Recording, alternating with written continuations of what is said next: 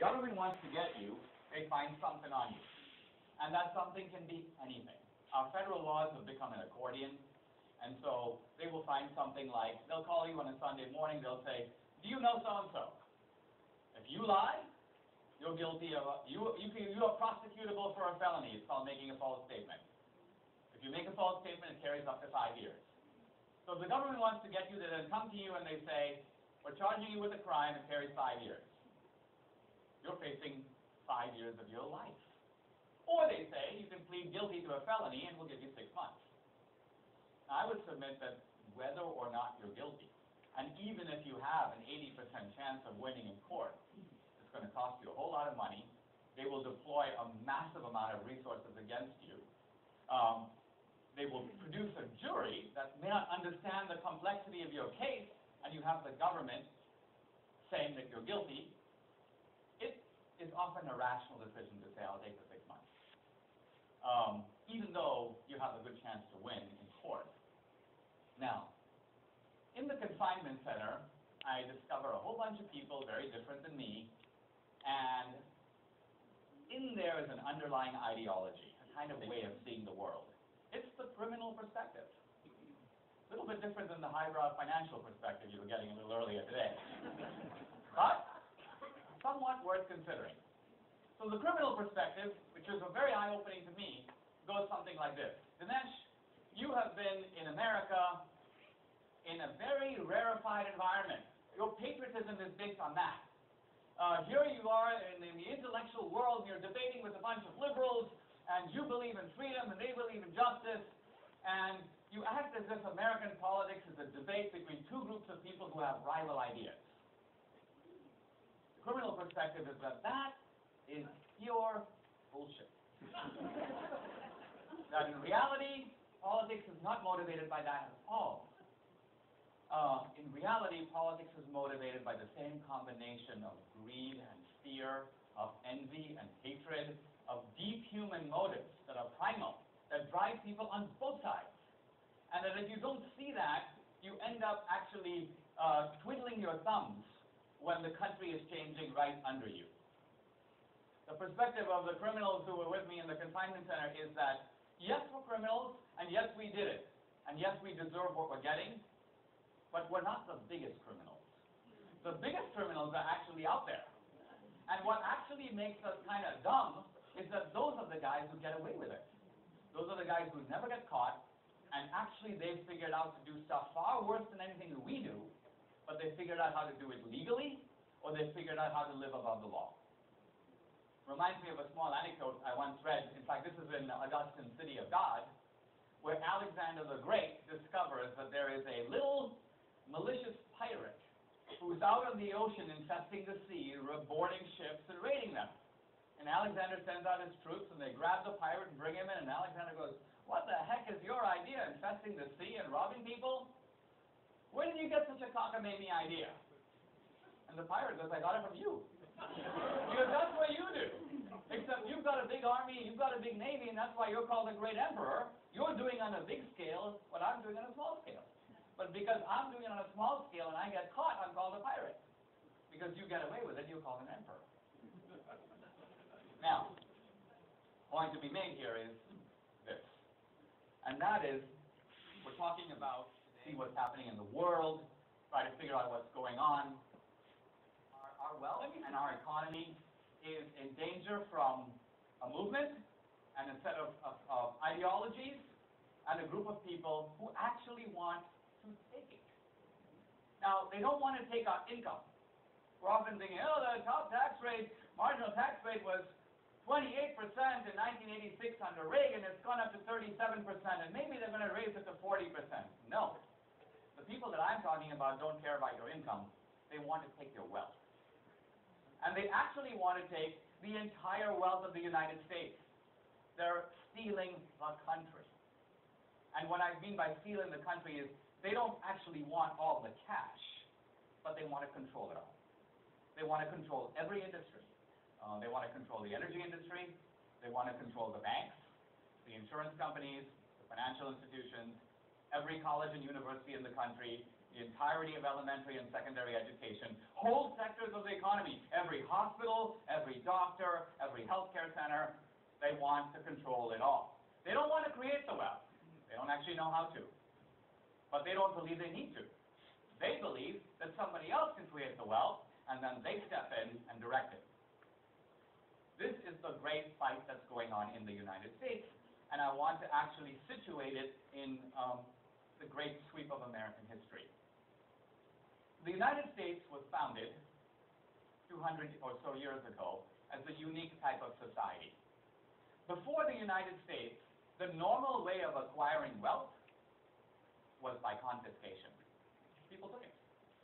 In fact, if you look at a map, how are the boundaries of countries established? Who decided that? Answer, conquest. Machiavelli says every nation is founded in crime. Somebody else took it, and then the borders were drawn. In every society, you had aristocratic classes that established complex systems, and if you think about it, at a simple level, they were systems of theft. Slavery, an ingenious system of theft. Forget about whether it's dehumanizing, forget about all that. The basic idea is, how do I get some other guy to work for me for free, for his whole life? How do I steal his labor and never pay him, except for giving him the basic provision? That's slavery. Abraham Lincoln once said, slavery can be summarized as, you work, I eat. That's the core of it. Now, the United States was founded, we had slavery, but the principle founding the United States was an anti-theft principle. And the anti-theft principle is that wealth does not have to be stolen or confiscated, wealth can be created. Wealth can be created through entrepreneurship, it can be created through capitalism, it can be created through hard work. Now remember, hard work by itself is completely useless. I grew up in a society where people work really hard. Drive around in India now, you see, women carrying stones, staggering under their weight. They work really hard, but they don't get anywhere. Why? Because they have hard work, but they don't have the organizing principle of capitalism that puts that hard work to use. It doesn't harness that effort.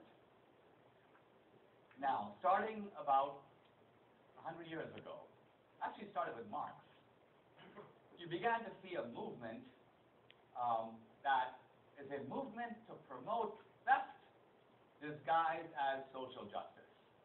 This is the movement that was called socialism. And Marx was extremely clever.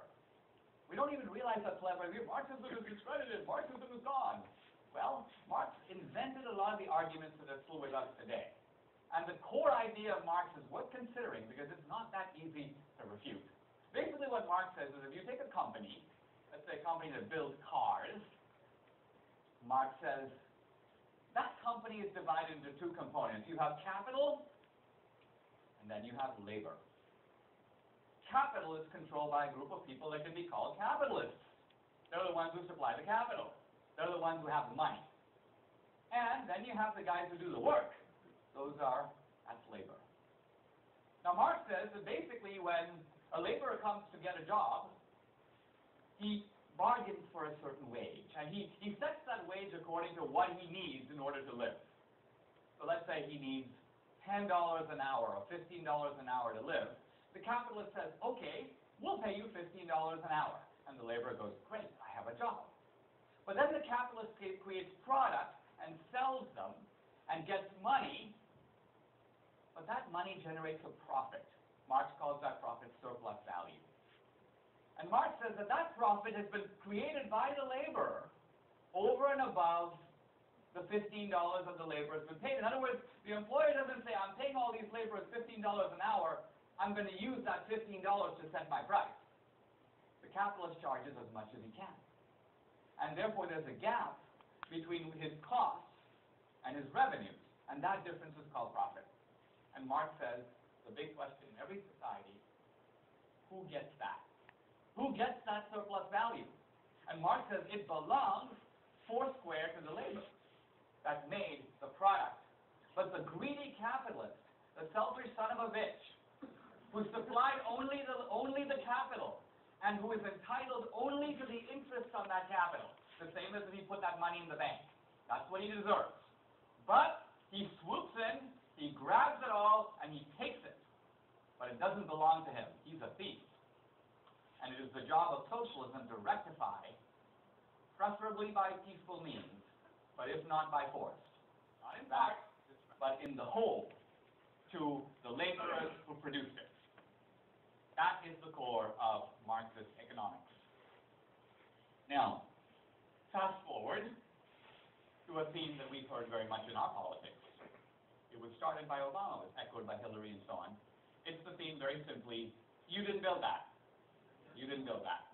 Now, that was kind of what's called a gaffe. Michael Kinsley once said a gaffe is when a politician accidentally tells the truth. But a gaffe is very revealing because it shows it's a window into the mind. And the window into the mind in the modern version of that Marxist argument is not. Because see, the progressives today are not actually trying to take every company and turn over the ownership of it to the workers. That's not on our current agenda. But what is going on is a version of that argument, which is that all wealth is created in cooperation with society. Everybody depends on an infrastructure supplied by society in order to create wealth.